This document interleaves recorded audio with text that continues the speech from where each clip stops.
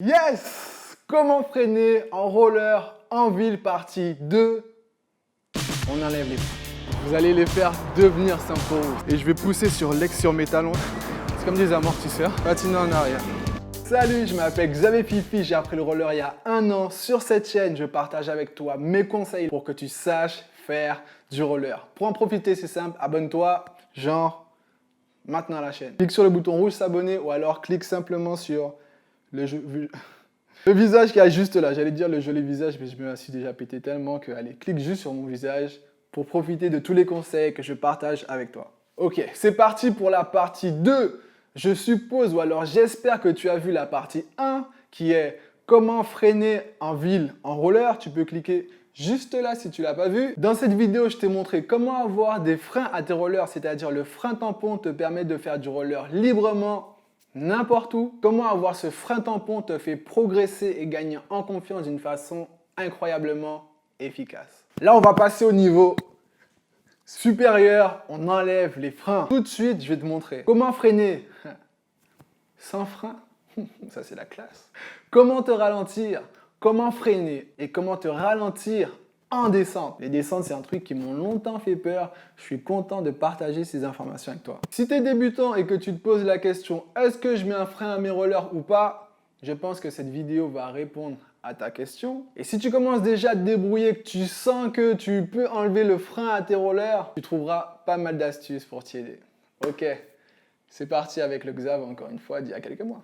Cette fois-ci, j'ai pas de frein tampon et je vais devoir utiliser différentes techniques pour pouvoir freiner ou me ralentir. Aujourd'hui, en plus, il fait super beau, je suis en t-shirt, ça c'est cool. Un truc à savoir, c'est que les autres méthodes pour se ralentir, pour freiner, elles sont simples. Mais ça ne veut pas dire qu'elles sont simples en soi. Vous allez les faire devenir simples pour vous. Par exemple, pour freiner en power stop comme ça. Au début, pour moi, c'était, on va dire, compliqué. Mais plus je l'ai fait, plus c'est devenu simple. Donc maintenant, je peux dire que pour moi, c'est simple de le faire. Mais au début, ce n'était pas forcément. Ce qui va rendre les choses pour vous plus simples, c'est tout simplement de les pratiquer. Et surtout d'avoir une bonne méthode qui va vous permettre d'arriver au freinage simplement. Donc là, je viens de freiner. Là, si j'avais mon frein tampon, j'aurais pas fait comme ça. Là, j'ai utilisé la méthode qu'on appelle chasse-neige. C'est-à-dire que j'écarte mes jambes beaucoup plus large que la largeur de mes épaules et je vais pousser sur mes talons, c'est-à-dire sur l'extérieur de mes pieds, pour me retrouver à peu près dans une position où la pointe de mes pieds vers l'intérieur et mes talons sont vers l'extérieur. Et en faisant ça et en appliquant une pression de freinage, ça ralentit instantanément. Alors là, le feu est rouge, donc je vais pouvoir traverser. Hop. Là en plus le feu était vert pour les voitures qui étaient là, j'ai pas été assez attentif. Et s'ils m'écrasaient, ils avaient raison. Alors là, si j'avais un frein tampon, j'aurais freiné puis je serais avancé. Là, puisque j'ai pas de frein tampon, je me mets un chasse-neige, je fléchis bien sur mes genoux et ça me permet de rester stable et de rester en position. Là, je suis sur le trottoir, j'attends tranquille. Le mieux, si vous voulez aller vraiment en repos et que vous doutez un peu de vous, c'est de coller vos genoux. Donc là, ce qui s'est passé, c'est que c'est passé au vert pour les voitures. Moi, je vais profiter de ça pour passer en même temps que les voitures. Ah, et c'est vert pour les piétons. Bah, attends, mieux. Hop. Là, c'est passé au rouge. Là, c'est rouge, vert pour les voitures. Je vais emprunter la route puisque c'est vert pour les voitures. Ok.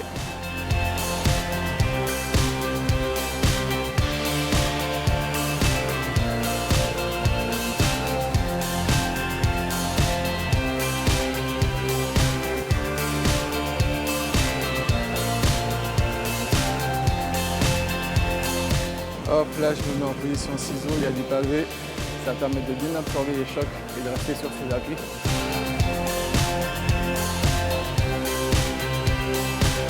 Si vous avez déjà l'élan pour franchir les pavés qui sont courts comme là, vous mettez en position ciseau, c'est-à-dire une jambe devant l'autre, votre frein sur votre jambe arrière et vous vous laissez glisser.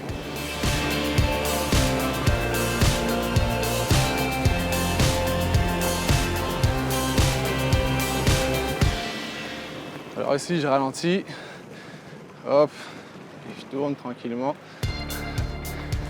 Au lieu d'utiliser une technique de freinage, je me suis tout simplement laissé ralentir pour tourner. Ça m'a évité de faire une technique ou peu importe. Si peut-être une bonne chose pour freiner, ou pour vous ralentir, pour ne pas avoir à freiner, tout simplement vous vous laissez aller jusqu'à ce que vous n'ayez plus de vitesse pour juste avoir à tourner.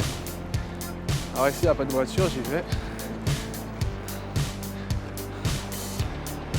Hop, je sais pas, une voiture, je sais pas si elle m'a vu. Une voiture même si c'est un passage piéton, merci. Là il m'a fait signe, je sais qu'il m'a vu. J'ai fait signe que je l'ai vu donc j'ai traversé.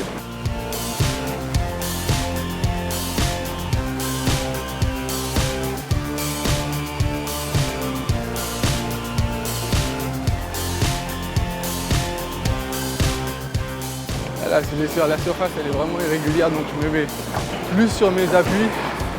Pourquoi? Parce que quand les surfaces sont irrégulières, ça a tendance à plus vous voyez, c'est comme si vous faisiez plein de petits trucs comme ça.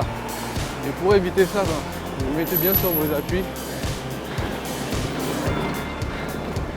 Vous mettez bien sur vos appuis, du coup ça déleste un peu le poids sur la pointe de vos orteils. Le poids va un peu plus sur vos talons. Ce qui fait que vous êtes un peu plus comme ça, donc vous êtes plus à même à empêcher les chocs. Et vos genoux vous aident également énormément à ça. Puisque vous êtes fléchis, c'est comme des amortisseurs. Vous pouvez mieux encaisser les chocs, tandis que si vous êtes droit, je ne peux pas passer un truc sur une surface irrégulière, vous allez sauter, vous allez du coup être déséquilibré. Donc fléchissez bien vos genoux dès que vous êtes sur une surface irrégulière. Hop.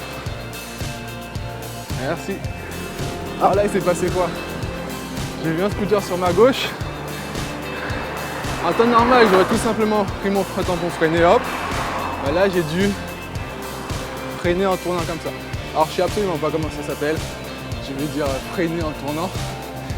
Mais ça reste quelque chose que j'ai dû apprendre à faire.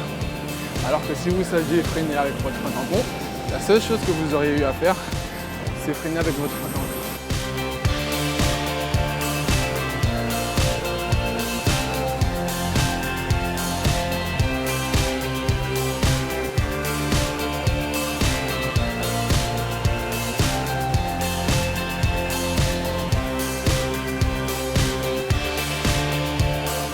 Allez. Là, puisqu'il n'y a rien, je vais quand même vous donner 2-3 trucs pour vous ralentir.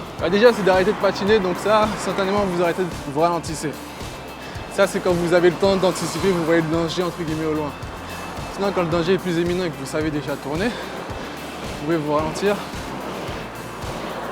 de cette façon, en faisant des zigzags. Et là, vous ralentissez et ça vous permet quand même de rester dynamique. C'est-à-dire que vous ne savez pas vraiment ce qui arrive. Je sais pas si je garde ma vitesse, si je vais pouvoir passer ou si je vais devoir m'arrêter.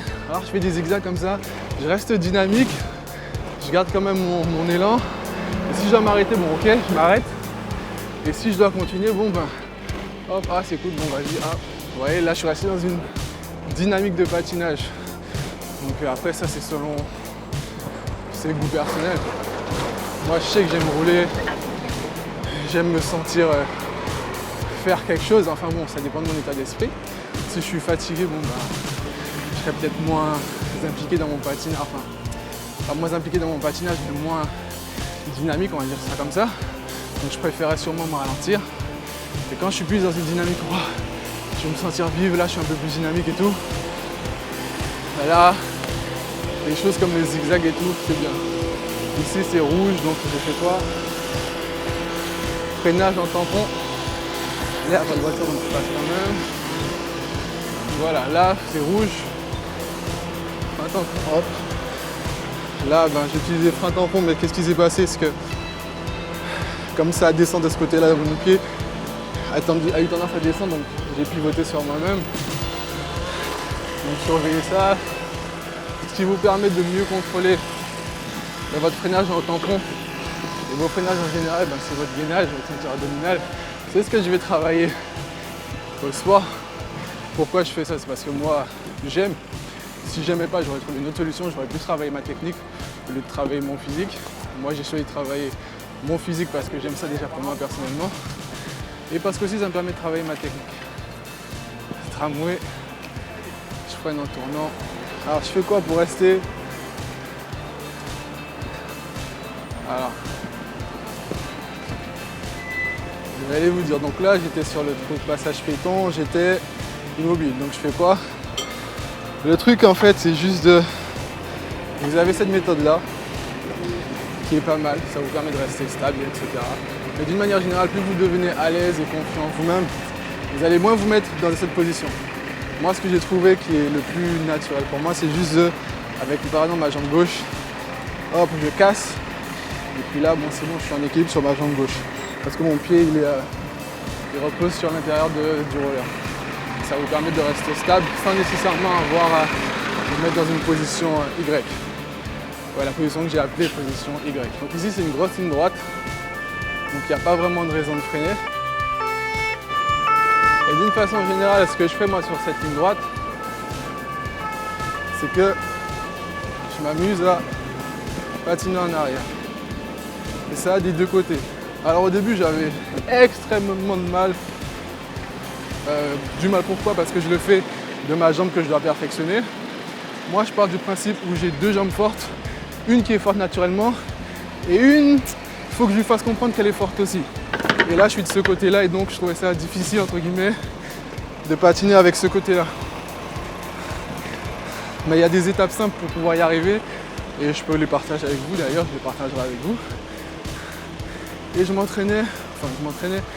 m'amusais à faire toute cette distance là qu'avec mon pied, qu'il faut que je lui fasse comprendre qu'il est fort lui aussi. Voilà, il y a un petit saut, hop, ok, je fais ça tout le long. Tout le long. Au début ça me demandait beaucoup de ressources mentales et maintenant je le fais, je reste concentré pour améliorer mon patinage en arrière. Mais il n'y a plus la peur de surtout quand on patine en arrière. Le truc qu'on a vraiment peur, c'est que notre talon, ici, là, ça vient de toucher là et qu'on se ramasse. Moi, c'est ce qui avait tendance à venir dans ma tête. Et j'ai dû faire le vide, me dire que tout va bien aller, c'est cool. Et bah, mon talon n'a jamais touché la pointe de mon roller avant. En tout cas sur cette ligne droite, ça m'est arrivé une fois au tout début, mais quand je m'entraînais sur la place où j'ai commencé cette vidéo.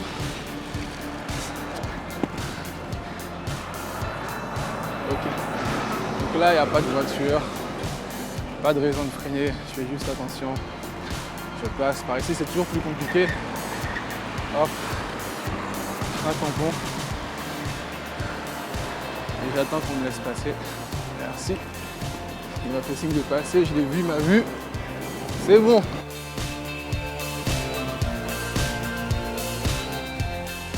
Alors là, on va arriver à la portion qui m'a fait le plus flipper. Pourquoi? Parce que là, vous allez voir que la chaussée va se rétrécir.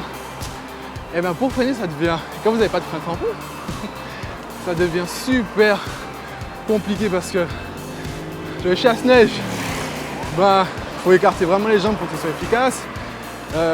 Sinon vous avez le power stop où vous pouvez sauter comme ça, mais ça demande encore un peu de ressources mentales. Donc c'était plutôt compliqué. Sinon vous pouvez freiner en T. Le T reste une bonne option parce que si, à condition que vous n'allez pas vite au début, regardez comment ça se rétrécit. Pour toutes ces raisons, ça devient beaucoup plus compliqué. Alors bon, on attend la descente, qu'est-ce que je fais? Je commence par chasse-neige. J'ai la place, allez, chasse-neige, c'est bien. Ça permet de continuer à descendre en se ralentissant tout le temps. C'est-à-dire que je ne suis pas obligé de passer d'une technique à l'autre, etc. Je reste en chasse-neige jusqu'à ce que la chaussée soit trop petite pour... voilà, là je suis plus en chasse-neige. Mais au moins, j'ai pas beaucoup de vitesse. Ce que je fais, bon maintenant, ce que vous pouvez faire, frein tampon, gauche, droite, pour éviter d'abîmer les roues. Vous pouvez lever comme ça et vous ralentir. Hop. Là, j'arrive sur du pavé. Je fléchis mes jambes. Je regarde s'il n'y a pas de voiture par là-bas. Et ça y est, je m'en suis sorti. Si j'avais un frein tampon, j'aurais juste fait avec mon frein tampon et basta. Je ne me serais pas posé autant de questions. Mais si vous commencez à ne pas utiliser votre frein tampon, je vous recommande effectivement au début plutôt essayer le tip stop, ça va user vos roues. Alors ça, c'est clair et net, Le T-stop, ça use les roues, ça finit les roues, c'est un prédateur pour les roues. Par contre, c'est une technique qui reste relativement simple à mettre en place. Et quand vous êtes face à un danger, je veux dire que vos roues s'abîment. Ça n'a pas trop d'importance entre un bobo et mes roues s'abîment. Je préfère que mes roues s'abîment que mon corps s'abîme. Donc réfléchissez-y. Et ensuite, sinon, il y a le chasse-neige. Alors le chasse-neige, c'est une technique qu'on apprend aux débutants, que j'ai vu en tout cas qui était recommandée pour les débutants, que beaucoup de personnes recommandent pour les débutants. Mais moi, le chasse-neige, j'ai appris vraiment tardivement à faire le chasse-neige. Ça demande quand même, je dis un peu d'équilibre, j'avais un peu de mal quand même, alors que ça va, je travaillais mon équilibre, j'avais patiné et tout. Ça demande quand même un petit contrôle. Parce que selon comment vous allez, vous pouvez faire des trucs comme ça, un peu bizarres. Et si vous n'avez pas un bon équilibre, si vous êtes dans une descente, et en plus qu'il y a des bosses comme la descente de Tarala, ça peut vous déséquilibrer et tomber. Donc je vous recommanderais plutôt le T-stop. Et ensuite, quand vous aurez pris confiance en vous, je vous recommande le T-stop. C'est simple et tout. Et pratiquez le chasse-neige d'abord sur un endroit plat. Ça vient quand même assez facilement, il suffit d'avoir la bonne méthode. Je ferai un tutoriel là-dessus. Bien que ce soit encore quelque chose que j'apprends à maîtriser. De toute façon, moi, comment je vois la vie, pour moi, il n'y a que de l'évolution. Donc, pour moi, maîtriser un mouvement, ça n'existe jamais vraiment. On s'amuse constamment à mieux l'intégrer et à mieux le faire. Voilà ma philosophie. Donc, je vous montrerai comment je freine un chasse-neige. Ok, c'est bien. Comment je vais. La tramway, petit stop. Sur le pavé, ça fonctionne très bien aussi. Là, on a vu quoi? Contre le freinage tampon, on a vu qu'il fallait avoir le chasse-neige, une manière pour pouvoir s'immobiliser, c'est-à-dire ça c'est un autre freinage aussi qui est... J'avais vu un gars faire ça en randonnée, je me suis dit oulala, c'est quoi ce freinage, c'est un truc de ouf, j'avais kiffé et je m'étais entraîné. Et j'essaierai de voir si je peux comment vous l'expliquer le mieux possible dans une autre vidéo. Et pour ça, pour être informé de tout ce que je vous ai dit, abonnez-vous à la chaîne, cliquez sur la petite cloche pour être informé de toutes les prochaines vidéos que je vais publier pour vous aider à mieux freiner, vous aider à faire ce que vous avez envie de faire en roller en fait, tout simplement. En fonction de mon évolution, je vais vous partager au mieux tout ce que j'ai retenu, vraiment les clés sans tout le côté un peu, voilà, je vais essayer vraiment de faire en sorte que ce soit le plus simple et le plus efficace possible pour que vous puissiez arriver au résultat. Donc je disais, contre le freinage tampon, on a vu qu'il fallait avoir un chasse-neige, hein, on a vu qu'il fallait avoir une position pour rester stable, c'est-à-dire soit T comme ça, soit comme ça fait déjà 2. On a vu qu'il y avait le frein tampon, là ici, frein tampon. On a vu que j'avais fait ça comme ça aussi. Je ne sais pas du tout comment ce freinage là s'appelle. Je vous montre. Vous voyez, c'est un peu instable quand même, donc je ne vous le recommande pas au début. Donc ça fait 5. Je crois que c'est à peu près tout ce qu'on a vu. Donc contre freinage tampon, on a 5 méthodes. Franchement, quand vous débutez, épargnez-vous ça. Vous n'avez pas forcément...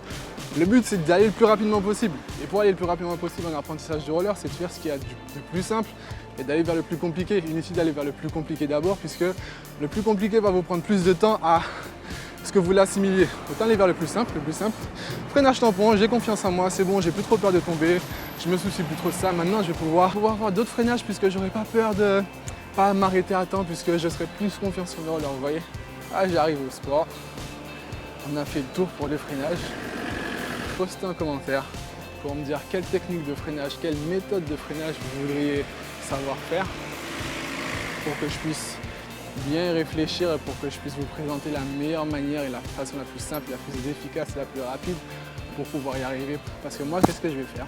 Je vais tout simplement regarder tous les commentaires, faire une liste et je vais faire un classement. Bon, celui-là, tant de résultats, je fais une vidéo là-dessus. Votre commentaire compte, je ferai le tutoriel que vous avez envie d'apprendre. Ok, j'espère que cette vidéo t'a aidé. Si tu es débutant et que tu te posais encore la question, est-ce que je mets un frein roller ou pas? Ou alors si tu es déjà un peu plus avancé et que tu t'apprêtes à enlever tes freins, que ça t'a donné quelques conseils, quelques idées pour pouvoir freiner en ville et rester sûr de toi. Si tu as aimé cette vidéo, appuie sur le bouton j'aime pour le faire savoir, partage-la à tes amis que tu penses qu'ils en auront besoin, laisse un commentaire, si tu as une question, je vais te répondre. J'ai un cadeau pour toi. Si tu penses te mettre au roller ou si tu débutes actuellement et que tu rencontres des difficultés, je sais ce que c'est. C'est pourquoi je t'offre un atelier que j'ai réalisé spécialement pour toi, issu de mon expérience. Je te synthétise mes meilleures clés pour que tu puisses débuter en roller et ça rapidement. Tu te poses la question, je suis peut-être trop vieux, j'ai pas le temps, qu'est-ce qu'on va penser de moi? T'inquiète pas, on répond à ces questions très vite fait. Ensuite, je te montre comment éviter d'avoir peur en roller. Je te donne une super technique pour tomber en souplesse, sans une seule égratignure, sans peur, rien du tout. Après, je te donne un secret qui n'en est pas un, mais pourtant 90% des personnes qui font du roller ne l'appliquent pas. Ça va te permettre de savoir patiner comme un chef. Si tu sais patiner ensuite, il faut que tu saches freiner bien sûr. Je te montre la technique la plus efficace pour freiner en roller et en toute sécurité. Pour conclure, je te donne l'ingrédient qui va faire que tout ce que tu vas apprendre durant l'atelier fonctionne pour toi réellement. Pour en profiter, c'est simple, clique juste là, dis-moi à quelle adresse mail te l'envoyer et je t'envoie ça directement. Sur ce, je te dis à tout de suite dans l'atelier et surtout, prends soin de toi.